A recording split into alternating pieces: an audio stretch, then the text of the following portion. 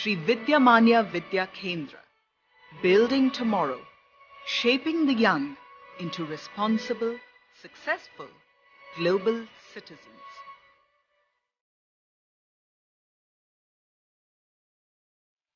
ಯುವ ಲೈವ್ನ ಆತ್ಮೀಯ ವೀಕ್ಷಕರಿಗೆ ಟ್ರೆಜರ್ ಹಂಟ್ ಕಾರ್ಯಕ್ರಮಕ್ಕೆ ಸ್ವಾಗತ. ನಾನು ವೃಷಾಂಕ. ನಾವು ಯಾವಾಗಲೂ ದೊಡ್ಡ ದೊಡ್ಡ ಮನುಷ್ಯರನ್ನ ಟಿವಿಗಳಲ್ಲಿ ನೋಡ್ತೀವಿ, ಪುಸ್ತಕಗಳಲ್ಲಿ ಓದ್ತೀವಿ ಅವರ ಸಾಹಿತ್ಯವನ್ನು. ಆದರೆ ಆ ಮನುಷ್ಯರು ಹೇಗೆ ಬದುಕಿದ್ರು, ಆ ವ್ಯಕ್ತಿಗಳು ಹೇಗೆ ಸಮಾಜದಲ್ಲಿ ಒಂದಾಗಿದ್ರು ಅನ್ನೋದು ನಾವು ನೋಡೋಕ್ಕೆ ಹೋಗಲ್ಲ. ಯಾವಾಗ ವ್ಯಕ್ತಿಯ ವ್ಯಕ್ತಿತ್ವ ಮತ್ತು ಆತನ ಬರಹ, ಸಾಹಿತ್ಯ ಮತ್ತು ಬದುಕು ಒಂದೇ ಆಗಿರುತ್ತೋ ಅವಾಗ ಆತ ಗಟ್ಟಿಯಾದ ಮನುಷ್ಯ, ಆತನ ಸಾಹಿತ್ಯ ಗಟ್ಟಿಯಾಗಿದ್ದು ಅಂತ ನಾವು ಅನ್ಕೊಬೋದು. ಇವತ್ತು ನಾವು ಅಂಥ ಒಬ್ಬ ಗಟ್ಟಿ ಮನುಷ್ಯನ, ಗಟ್ಟಿ ಸಾಹಿತ್ಯವನ್ನು ನೀಡಿದ ಮನುಷ್ಯನ ಬದುಕು ಹೇಗಿತ್ತು, ಜೀವನ ಹೇಗಿತ್ತು, ಅವ್ರು ಹೇಗೆ ಸಮಾಜದಲ್ಲಿದ್ದರು ಅನ್ನೋದ್ರ ಬಗ್ಗೆ ತಿಳ್ಕೊತಾ ಇದ್ದೀವಿ. ಆ ವ್ಯಕ್ತಿ ಡಿ.ವಿ. ಗುಂಡಪ್ಪನವರು. ಡಿ.ವಿ. ಗುಂಡಪ್ಪನವರ ಸಂಸ್ಕೃತಿ ಮತ್ತು ದೇವರು ಪುಸ್ತಕವನ್ನು ನಾವು ಈಗಾಗಲೇ ಪರಿಚಯ ನೋಡಿದ್ದೀವಿ. ಆ ಪುಸ್ತಕದ ಬಗ್ಗೆ ತಿಳ್ಕೊಂಡಿದ್ದೀವಿ. ಸಾಕಷ್ಟು ಜನ ಅದನ್ನು ಖರೀದಿ ಮಾಡಿದ್ದೀರಾ.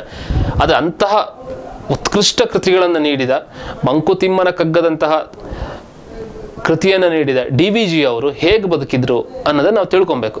ಅದು ತಿಳ್ಕೊಳ್ಳೋದಕ್ಕೆ ನಮಗೆ ಸುಲಭವಾಗಿ ಎರಡು ಪುಸ್ತಕಗಳು ಸಿಗುತ್ತೆ. ಒಂದು ಜ್ಞಾಪಕ ಚಿತ್ರಶಾಲೆ, ಅದು ಡಿ.ವಿ.ಜಿ. ಅವರೇ ಬರೆದಿರೋದು. ಇನ್ನೊಂದು ಶತಾವಧಾನಿ ಗಣೇಶ್ ಅವರು ಬರೆದ ಬ್ರಹ್ಮಪುರಿಯ ಭಿಕ್ಷುಕ. ಈ ಪುಸ್ತಕದಲ್ಲಿ ನಮಗೆ ಡಿ.ವಿ.ಜಿ. ಅವರ ಬಹಳಷ್ಟು ಗುಣಗಳು, ಆದರ್ಶಗಳು ಕಣ್ಮುಂದೆ ಬರುತ್ತೆ. ಒಂದು ಕಡೆಯಿಂದ ಹೋಗೋಣ. ಈ ಪುಸ್ತಕವನ್ನು ಸಾಹಿತ್ಯ ಪ್ರಕಾಶನದವರು ಮುದ್ರಣ ಮಾಡಿದ್ದಾರೆ. ಇದರ ಬೆಲೆ 150 ರೂಪಾಯಿ. ಸುಮಾರು 150 ಪುಟಕ್ಕೂ ಹೆಚ್ಚು, 160 ಪುಟಗಳಿದೆ. ದಪ್ಪ ಅಕ್ಷರಗಳಿದೆ, ಓದಕ್ಕೂ ಭಾಳ ಸುಲಭ ಇದೆ, ಓದಿಸ್ಕೊಂಡು ಹೋಗುತ್ತೆ. ಈಗ ಡಿ.ವಿ.ಜಿ. ಅವ್ರ ಗುಣಗಳು ಏನೇನಿತ್ತು ನೋಡ್ತಾ ಹೋಗೋಣ. ಡಿ.ವಿ.ಜಿ. ಅವರು ಸಾಧಾರಣ ಹಣದಿಂದ ಯಾವತ್ತೂ ಬಿದ್ದವರಲ್ಲ. ಸಾಧಾರಣ ಅಲ್ಲ, ಬಿದ್ದವರೇ ಅಲ್ಲ ಅವರು. ಹಣಕ್ಕೋಸ್ಕರ ನಾನು ದುಡಿಬೇಕು ಅಂತ ಅವ್ರು ಯಾವತ್ತೂ ಅಂದ್ಕೊಳ್ಳಲಿಲ್ಲ. ಮತ್ತು ತಮ್ಮನ್ನು ಅರಸಿ ಬಂದ ಹಣವನ್ನು ಅವರು ದೂರ ಇಟ್ಟಿದ್ರು, ಮೊದಲನೇದು. ಎರಡನೇದು, ಯಾವುದೇ ಕಳಂಕಕ್ಕೂ ಅವರು ಒಪ್ತಿರ್ಲಿಲ್ಲ, ಮತ್ತು ಯಾವುದೇ ಅನ್ಯಾಯಕ್ಕೂ ಅವರು ಒಪ್ತಾ ಇರಲಿಲ್ಲ. ಒಂದ್ಸಲಿ ಅವರು ಒಂದು ಪತ್ರಿಕೆಯಲ್ಲಿ ಕೆಲಸ ಮಾಡ್ತಿರ್ತಾರೆ. ಪ್ರಾರಂಭ ದಿನಗಳು 1910-11 ಈ ಸಮಯದಲ್ಲಿ ಅವರು ಒಂದು ಸೆಂಟ್ರಲ್ ಕಾಲೇಜಿನ ಹಾಸ್ಟೆಲಲ್ಲಿ ನಡೆಯುತ್ತಿದ್ದ ಆಹಾರದ, ಅಂದರೆ ಅಲ್ಲಿ ಊಟದ ಸಂಬಂಧಿ ಹಗರಣದ ಬಗ್ಗೆ ಒಂದು ಆರ್ಟಿಕಲ್ ಮಾಡ್ತಾರೆ. ಆರ್ಟಿಕಲ್ ಮಾಡಿ ಆ ಕಾಲೇಜ್ ಅವರೆಲ್ಲ ದೊಡ್ಡ ಗಲಾಟೆ ಮಾಡಿ ಕೊನೆಗೆ ಆ ಸಂಪಾದಕರು, ಆ ಪತ್ರಿಕೆ ಇವ್ರು ಸಂಪಾದಕರಾಗಿರಲ್ಲ, ಇವರೊಂದು ವರದಿಗಾರರಾಗಿ ರಿಪೋರ್ಟ್ ಮಾಡಿರ್ತಾರೆ. ಆದರೆ ಸಂಪಾದಕರು ಏನು ಮಾಡ್ತಾರೆ, ನಮ್ಮದು ತಪ್ಪಾಯಿತು ಅಂತ ಒಂದು ಕ್ಷಮಾಪಣೆ ಹಾಕ್ತಾರೆ. ಆ ಕ್ಷಮಾಪಣೆಯನ್ನು ಬರೆದಾಗ ಡಿ.ವಿ.ಜಿ. ಅವರಿಗೆ ಭಾಳ ಸಿಟ್ಟು ಬರುತ್ತೆ, ಬೇಜಾರಾಗುತ್ತೆ. ಯಾಕಂದರೆ ನಾನು ಬರೆದಿದ್ದು ಸುಳ್ಳು ಸುದ್ದಿ ಅಲ್ಲ, ಅಲ್ಲಿ ಅವ್ಯವಹಾರ ಆಗಿತ್ತು ನಿಜ. ಆದರೆ ಇವರು ಕ್ಷಮಾಪಣೆ ಕೇಳಿಬಿಟ್ರಲ್ಲ, ಕ್ಷಮಾಪಣೆ ಕೇಳಿದಿಂದಾಗಿ ನಾನು ಬರೆದ ಸುದ್ದಿ ಸುಳ್ಳು ಅಂತ ಆಯ್ತಲ್ಲ ಜನರ ದೃಷ್ಟಿಲಿ. ಹಾಗಾಗಿ ಅವರು ಅವತ್ತೇ ಅಲ್ಲೇ ರಾಜೀನಾಮೆ ಪತ್ರ ಬರೆದು ಕೊಟ್ಟು ಬಂದ್ಬಿಡ್ತಾರೆ. ಮುಂದೆ ಒಂದ್ಸಲಿ ಅವರು ಮೈಸೂರಿನ ದಸರೆಯ ವರದಿಗೆ ಹೋಗಿರ್ತಾರೆ. 1913-14 ಎಲ್ಲ ಪತ್ರಿಕೆಯಿಂದನೂ ಜನಗಳು ಬಂದಿರ್ತಾರೆ. ಆಗಿನ ದಿವಾನ್ರು ಸರ್ ಎಂ ವಿಶ್ವೇಶ್ವರಯ್ಯ ಅವರು ಎಲ್ರಿಗೂ ಹೇಳಿರ್ತಾರೆ ಬಂದು ವರದಿ ಮಾಡಿ ಅಂತ. ಡಿ.ವಿ.ಜಿ. ಅವರು ಹೋಗಿರ್ತಾರೆ. ಡಿ.ವಿ.ಜಿ. ಅವರು ಹೋಗಿ ಅವ್ರದ್ದೇ ಕರ್ನಾಟಕ ಅಂತ ಒಂದು ಪತ್ರಿಕೆ ಇರುತ್ತೆ, ಅದರಲ್ಲಿ ಇಂಗ್ಲೀಷ್ ಪತ್ರಿಕೆ, ಅದರಲ್ಲಿ ಏನೇನು ಚೆನ್ನಾಗಿತ್ತು, ಏನೇನು ಲೋಪಗಳಾಗಿತ್ತು ಅಂತ ಎಲ್ಲ ಬರಿತಾ ಇರ್ತಾರೆ. ಅಷ್ಟೊತ್ತಿಗೆ ಡಿ.ವಿ.ಜಿ. ಅವ್ರ ಹೆಸರಿಗೆ 250 ರೂಪಾಯಿ ಚೆಕ್ ಬರುತ್ತೆ. ಯಾರ್ದಪ್ಪ ಈ ಚೆಕ್ಕು, ಸರ್ಕಾರದಿಂದ ಬೇರೆ ಬಂದಿರುತ್ತೆ. ಕೇಳ್ತಾರೆ ಅಕೌಂಟೆಂಟ್ನ, ಯಾರ್ದಿದು ಅಂತ. ಅಕೌಂಟೆಂಟ್ ಹೇಳ್ತಾರೆ, ಇಲ್ಲ, ಈ ಥರ ದಿವಾನ್ರು ನೀವು ಪತ್ರಕರ್ತರಾಗಿ ಹೋಗಿ ವರದಿ ಮಾಡ್ಕೊಂಬಂದ್ರಲ್ಲ ಮೈಸೂರಿಗೆ, ಅದಕ್ಕೆ ನಿಮಗೆ ಸಂಭಾವನೆ ಕೊಟ್ಟಿದ್ದಾರೆ ಅಂತ. ಇವರಿಗೆ ಅದು ಸಮಾಧಾನ ಕೊಡಲ್ಲ ಇವ್ರು ಕೊಟ್ಟಿದ್ದ ಉತ್ತರ. ತಕ್ಷಣ ಚೆಕ್ನ ತಗೊಂಡೋಗಿ ವಿಶ್ವೇಶ್ವರಯ್ಯ ಮುಂದೆ ಕುತ್ಕೊಂತಾರೆ. ಡಿ.ವಿ.ಜಿ. ಅವ್ರ ವಯಸ್ಸಿನಲ್ಲಿ ಭಾಳ ಚಿಕ್ಕವರಾಗಿದ್ರು, ಅವರು 18-19 ವರ್ಷಕ್ಕೆ ಅವ್ರು ಭಾಳ ಪ್ರಸಿದ್ಧರಾಗಿದ್ರು. ಅವರ ಬುದ್ಧಿವಂತಿಕೆಯಿಂದ, ಅವರ ಜಾಣ್ಮೆಯಿಂದ, ಅವರ ವಿಚಾರಗಳಿಂದ ಬಹಳ ಜನಕ್ಕೆ ಅವ್ರು ತುಂಬ ಆತ್ಮೀಯರಾಗಿದ್ದರು. ರಾಜಕಾರಣಿಗಳಿಗೂ ಆಗಿದ್ರು, ಅಧಿಕಾರಿಗಳಿಗೂ ಆಗಿದ್ರು, ಉದ್ಯೋಗಪತಿಗಳಿಗೂ ಆಗಿದ್ರು, ಎಲ್ರಿಗೂ ಬೇಕಾದವ್ರು ಆಗಿದ್ರು. ಹಾಗಾಗಿ ಡಿ.ವಿ.ಜಿ. ಅವ್ರು ನೇರವಾಗಿ ಹೋದರು ವಿಶ್ವೇಶ್ವರಯ್ಯ ಅವ್ರ ಹತ್ರ. ಹೋಗಿ ಎದುರುಗಡೆ ಕೂತ್ಕೊಂಡು ಹೇಳಿದ್ರು, ಮಹಾಸ್ವಾಮಿ ನೀವೇನೋ ಕಳಿಸಿದ್ದೀರಾ ನನಗೆ 250 ರೂಪಾಯಿನ, ಯಾಕೆ ಕಳಿಸಿದ್ದೀರಾ ಅಂತ. ಇಲ್ಲ ನಿನಗೆ ಅಂತ ಏನು ಕಳಿಸಿಲ್ಲ, ನಾನು ನಿಮ್ಮ ಥರ ಯಾರ್ಯಾರು ಬಂದಿದ್ರೋ ಅವ್ರಿಗೆಲ್ರಿಗೂ ಕಳಿಸಿದ್ದೀನಿ, ಇದು ನೀವು ಇಟ್ಕೊಬೇಕು ಅಂತ ಹೇಳ್ತಾರೆ. ಅದಕ್ಕೆ ಡಿ.ವಿ.ಜಿ. ಹೇಳ್ತಾರೆ, ಇಲ್ಲ ಇದನ್ನ ಇಟ್ಕೊಳಕ್ಕಾಗಲ್ಲ. ಯಾಕೆ ಅಂದರೆ ಪತ್ರಿಕೆಯಲ್ಲಿ ವರದಿ ಮಾಡೋದು ನನ್ನ ಕೆಲಸ, ಅದು ಪತ್ರಿಕರ್ತನ ಕೆಲಸ. ಅವನದನ್ನು ಮಾಡಬೇಕು, ಅದನ್ನೊಂದು ಸಂಭಾವನೆ ಇಟ್ಕೊಂಡು ಮಾಡಬಾರ್ದು. ಹಾಗೆ ಮಾಡಿದ್ರೆ ನಾವು ಕೆಲವು ಸಲ ಲೋಪದೋಷಗಳನ್ನ ಎತ್ತಿ ತೋರ್ಸಕ್ಕಾಗಲ್ಲ. ನಿಮ್ಮ ಪರ ಬರಿಬೇಕಾಗತ್ತೆ, ಮಹಾರಾಜರು ಅಥವಾ ಆಡಳಿತದ ಪರ ಬರಿಬೇಕಾಗತ್ತೆ, ಹಾಗಾದ್ರೆ ನೀವು ಚೆಕ್ನ ತಗೊಳ್ಳಲ್ಲ ಅಂತಾರೆ. ಅದಕ್ಕೆ ಅವ್ರು ಹೇಳ್ತಾರೆ, ಇಲ್ಲಪ್ಪ ನಿಮಗೆ ಬರೀ 250 ರೂಪಾಯಿ ಚೆಕ್ ಕೊಟ್ಟಿರೋದು, ಬೇರೆ ರಾಜ್ಯದಿಂದ ಬಂದವ್ರಿಗೆ ಇನ್ನೂ ಜಾಸ್ತಿ ಕೊಟ್ಟಿದ್ದೀವಿ ಅಂತ ಹೇಳ್ತಾರೆ. ಅವ್ರಿಲ್ಲ, ಸಾಧ್ಯನೇ ಇಲ್ಲ ಅಂಥೇಳಿ ಆ ಚೆಕ್ನ ಅಲ್ಲೇ ವಾಪಸ್ ಕೊಟ್ಟು ಬರ್ತಾರೆ. 250 ರೂಪಾಯಿ ಅಂದ್ರೆ ನಮ್ಮ ಕಿವಿ ಭಾಳ ಚಿಕ್ಕದಾಗಿ ಕೇಳಿಸ್ಬೋದು. ಆದರೆ 250 ರೂಪಾಯಿಗೆ ಆ ಹೊತ್ತಿಗೆ 200 ಗ್ರಾಮ್ ಚಿನ್ನ ತೊಗೊಬೋದಾಗಿತ್ತು. ಅಂದರೆ ಯೋಚನೆ ಮಾಡಿ, ಇವತ್ತು 1 ಗ್ರಾಮಿಗೆ ಏನು ಚಿನ್ನ ಇದೆ ಅಂದರೆ ಇವತ್ತು 200 ಗ್ರಾಮ್ ಚಿನ್ನಕ್ಕೆ ಏನು ಬೆಲೆ ಇದೆ, ಅಷ್ಟು ಬೆಲೆಯನ್ನು ಚೆಕ್ ರೂಪದಲ್ಲಿ ಬಂದಿತ್ತು DVG ಅವರಿಗೆ ಸರ್ಕಾರದಿಂದ ಮಹಾರಾಜರಿಂದ ದಿವಾನರ ಮೂಲಕ, ವಿಶ್ವೇಶ್ವರಯ್ಯ ಅವ್ರ ಮೂಲಕ ಆ ಚೆಕ್ನ ಅವರು ವಾಪಸ್ ಕಳಿಸ್ತಾರೆ. ಅಂದರೆ ಅವರಿಗೆ ಹಣ ಅನ್ನೋದು ಜೀವನಕ್ಕೆ ಏನು ಬೇಕೋ ಅಷ್ಟೇ ಅಗತ್ಯ, ಅದು ಬಿಟ್ಟು ಹೆಚ್ಚು ದುಡಿಬಾರ್ದು ಅನ್ನೋದು ಒಂದು ಭಾಗ, ಮತ್ತು ಪತ್ರಿಕೋದ್ಯಮದಲ್ಲಿ ನೈತಿಕತೆಯನ್ನು ಕಾಪಾಡ್ಕೊಬೇಕು ಅನ್ನೋದು ಇನ್ನೊಂದು.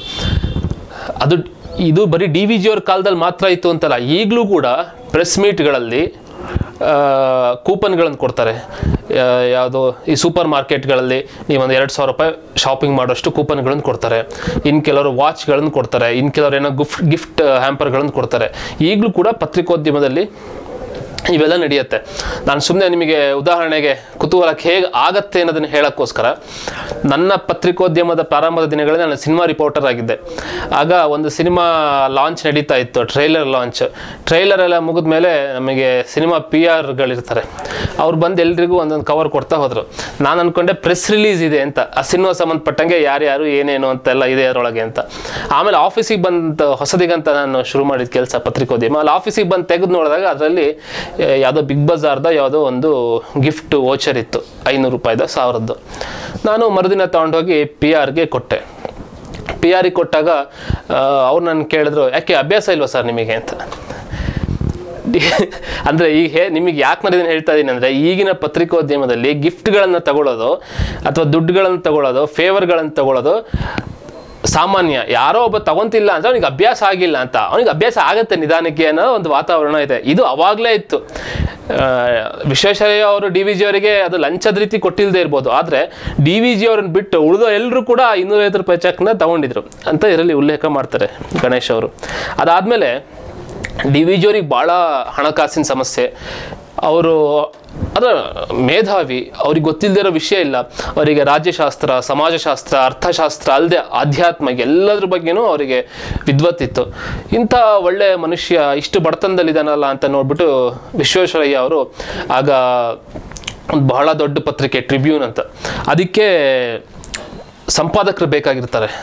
ಅವಾಗ ಅವ್ರು ಹೇಳ್ತಾರೆ ಅವರಿಗೆ, ನೋಡಿ ನೀವು ಇವನ್ನ ಗುಂಡಪ್ಪನವ್ರು ಮಾಡಿ ಒಳ್ಳೆ ಬೆಸ್ಟ್ ಸಂಪಾದಕ ಅಂತ. ಗುಂಡಪ್ಪನವ್ರಿಗೆ ಪತ್ರನೂ ಬರುತ್ತೆ, ಅದೇ ಇವರು ಅದನ್ನು ನಿರಾಕರಿಸ್ತಾರೆ, ಬೇಕಾಗಿಲ್ಲ ನನಗೆ ಅಂತ. ಯಾಕೆ ಅಲ್ಲೇನಾರು ಅವ್ರು ಸೇರಿಬಿಟ್ಟಿದ್ರೆ ಅವರು ಆ ಕಾಲಕ್ಕೆ ಲಕ್ಷಾಧಿಪತಿಗಳು ಆಗ್ತಿದ್ರು. ಆದರೆ ಗುಂಡಪ್ಪನವರು ಅದನ್ನು ನಿರಾಕರಿಸ್ತಾರೆ. 1926ರಲ್ಲಿ ನಾಲ್ವಡಿ ಕೃಷ್ಣರಾಜ ಒಡೆಯರ್ ಅವರು ಒಂದು ಪತ್ರ ಬರೀತಾರೆ.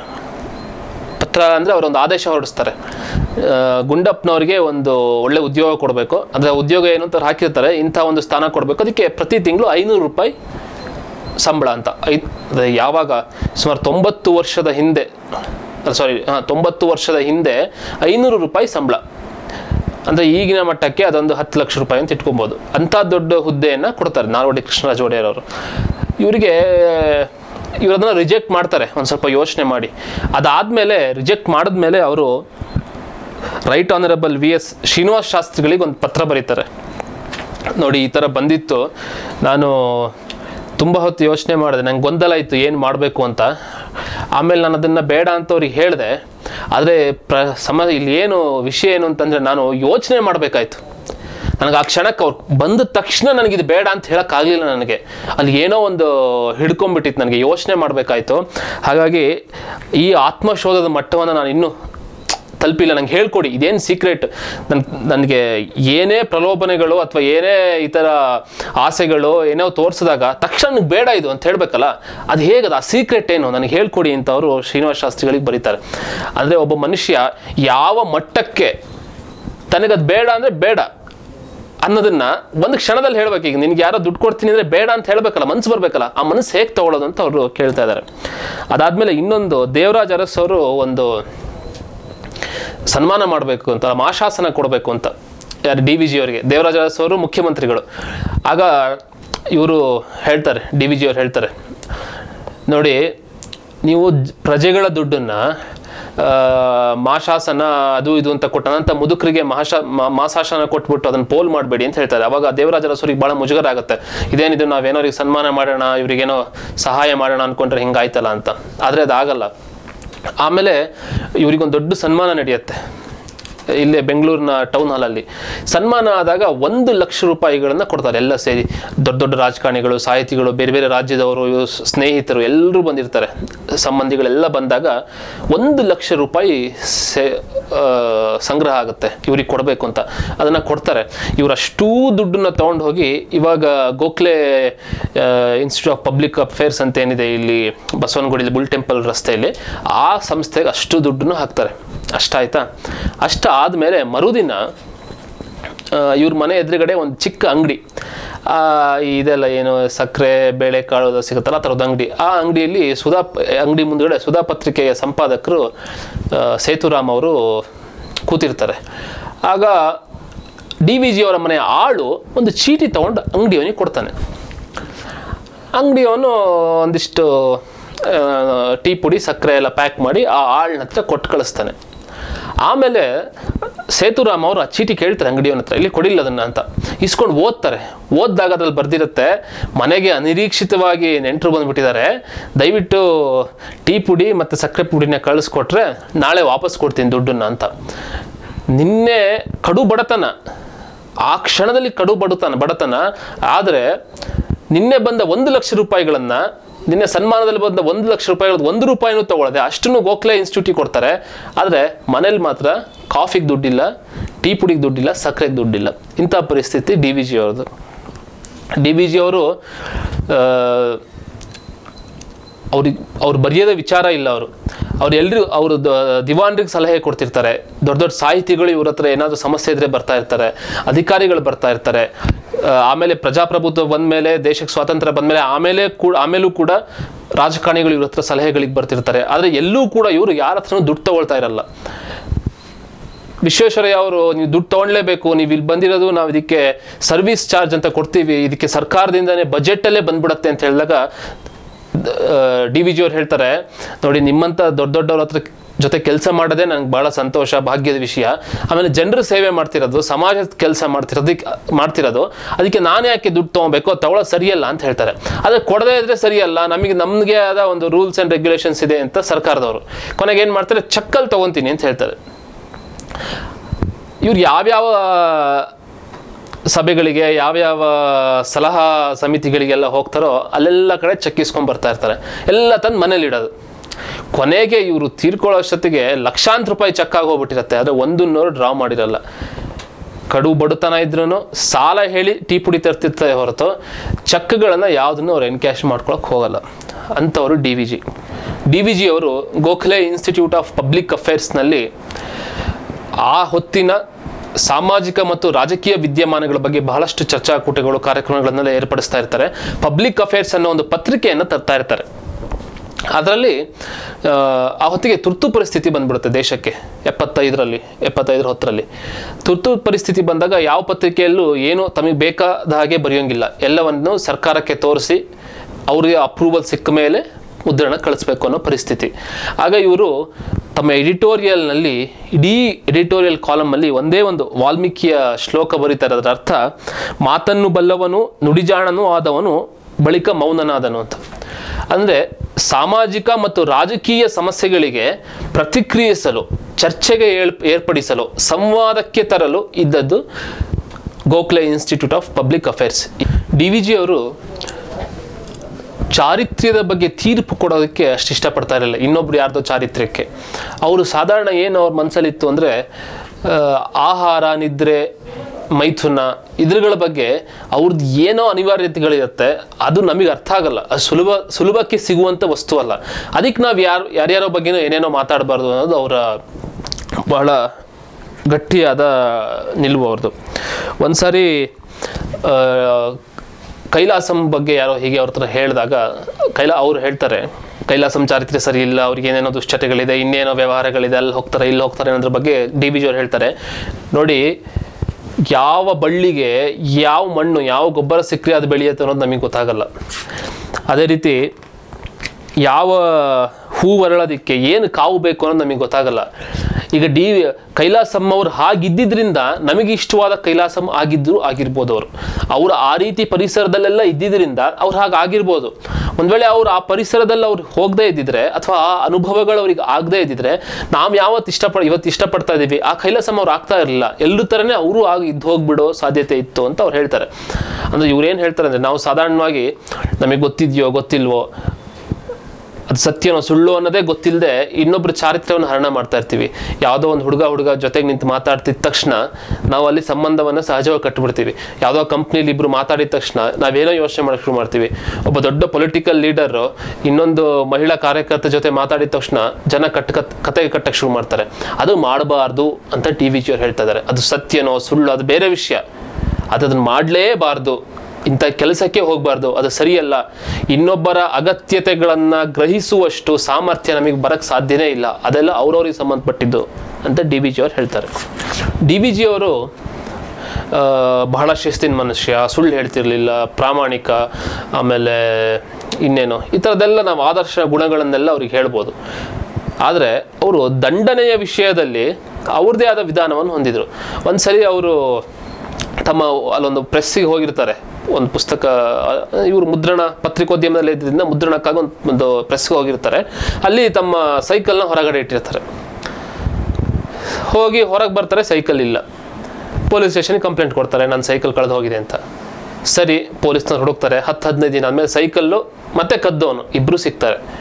ಇಬ್ಬರು ಸಿಕ್ಕಿದ ಮೇಲೆ ಇವರಿಗೆ ಯೋಚನೆ, ಅಯ್ಯೋ ಪಾಪ ಇವನ್ನ ಕೋರ್ಟಿಗೆ ಕರ್ಕೊಂಡೋಗಿ ಅವನು ಸುಳ್ಳುಗಾರ ಅಂತ ಮಾಡಿ ಕೊನೆಗೆ ಅವನು ಜೈಲಿಗೆ ಕಳಿಸ್ತಾರಲ್ಲ ಅಂತ. ಸರಿ ಅಂತ ಇವ್ರೇನು ಮಾಡ್ತಾರೆ, ಪ್ರಸಿದ್ಧ ವಕೀಲರನ್ನ ಆ ಕಳ್ಳನ ಪರವಾಗಿ ನೇಮಕ ಮಾಡ್ತಾರೆ.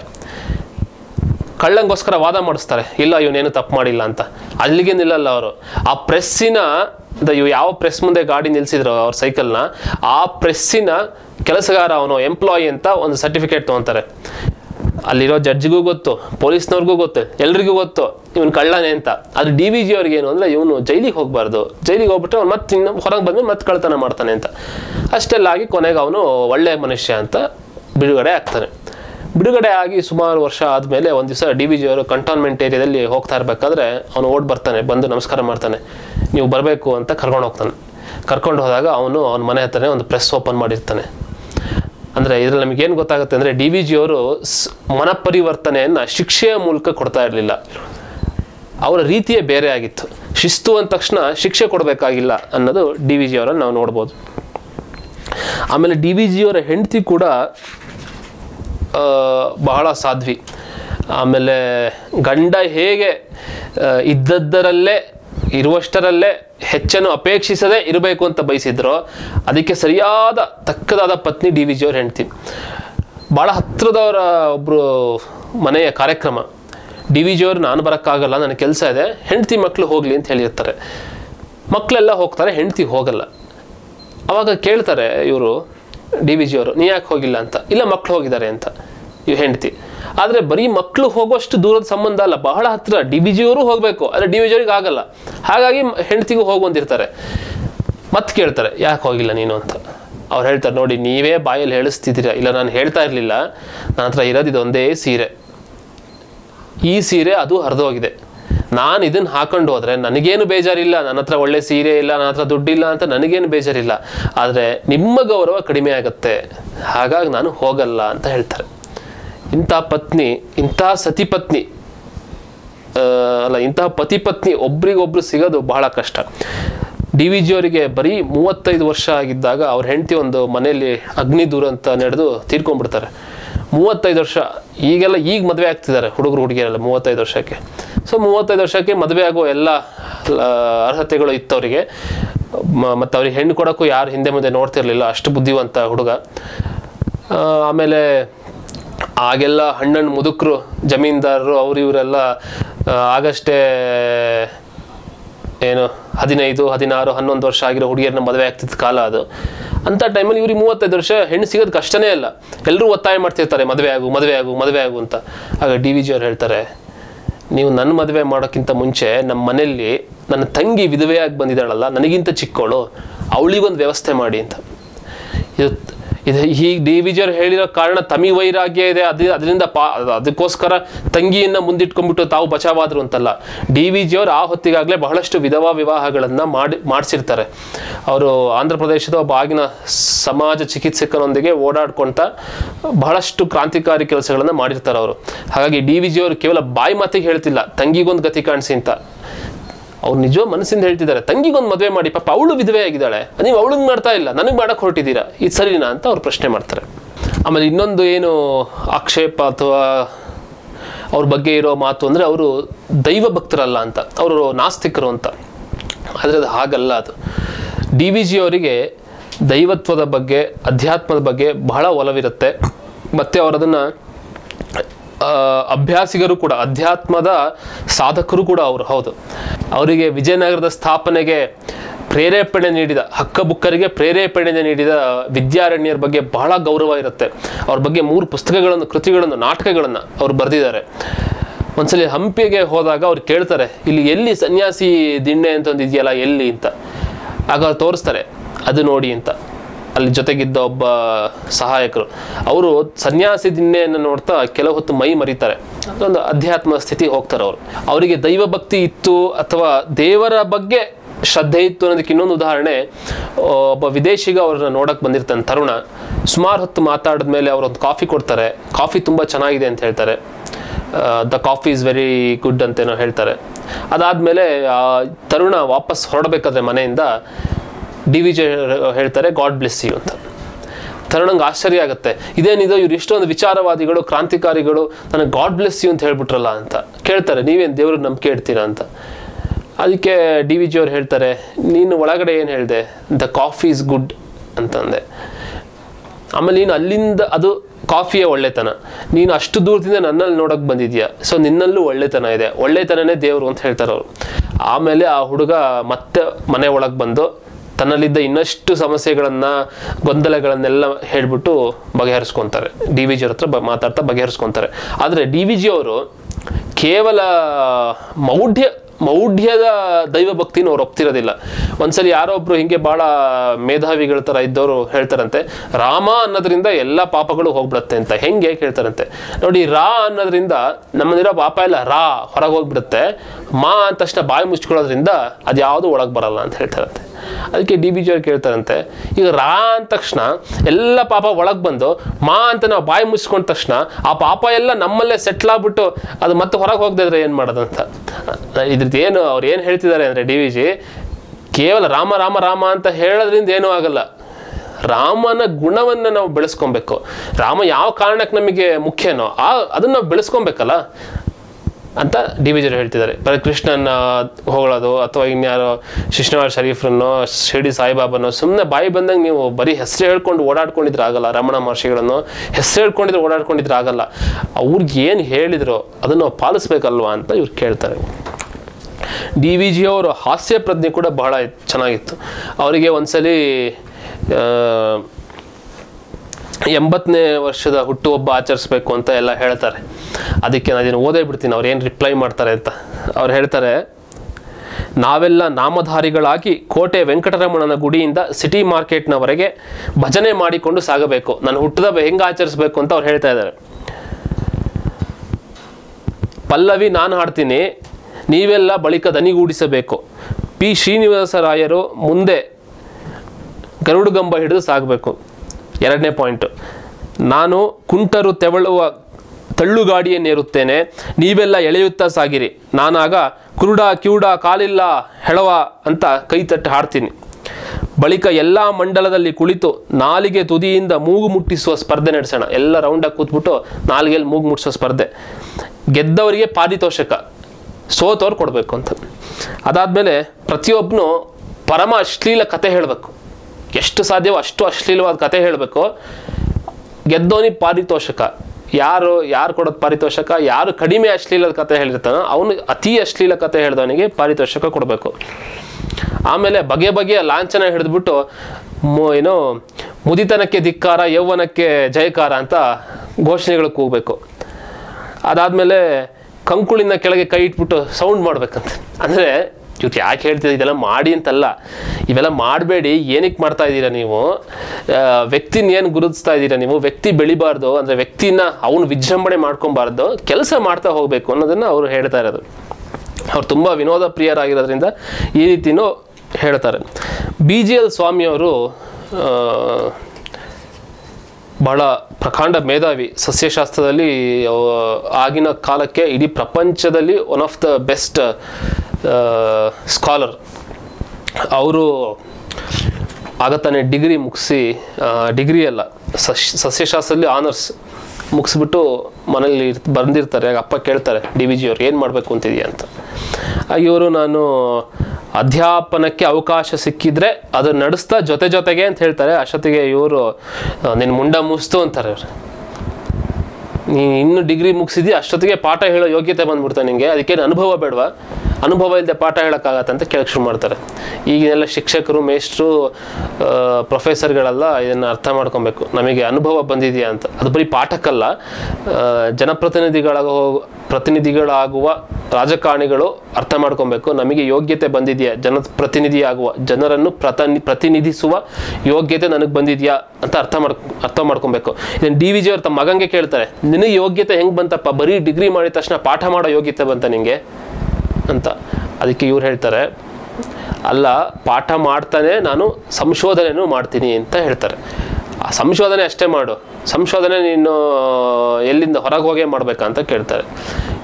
ಅದಕ್ಕೆ ಅವ್ರು ಕೆಲವು ಉಪಕರಣಗಳೆಲ್ಲ ಬೇಕಾಗತ್ತೆ, ಹಾಗೆ ಹೊರಗೆ ಹೋಗ್ಬೇಕಾಗತ್ತೆ ಅಂತ ಹೇಳ್ತಾರೆ. ಅದಕ್ಕೆ ಆ ಉಪಕರಣಗಳನ್ನೆಲ್ಲ ಮನೆಗೆ ತೊಗೊಂಬಂದಿನ ಮನೇಲೆ ಸಂಶೋಧನೆ ಮಾಡು ಅಂತ ಹೇಳ್ತಾರೆ. ಇವ್ರು ಒಪ್ತಾರೆ.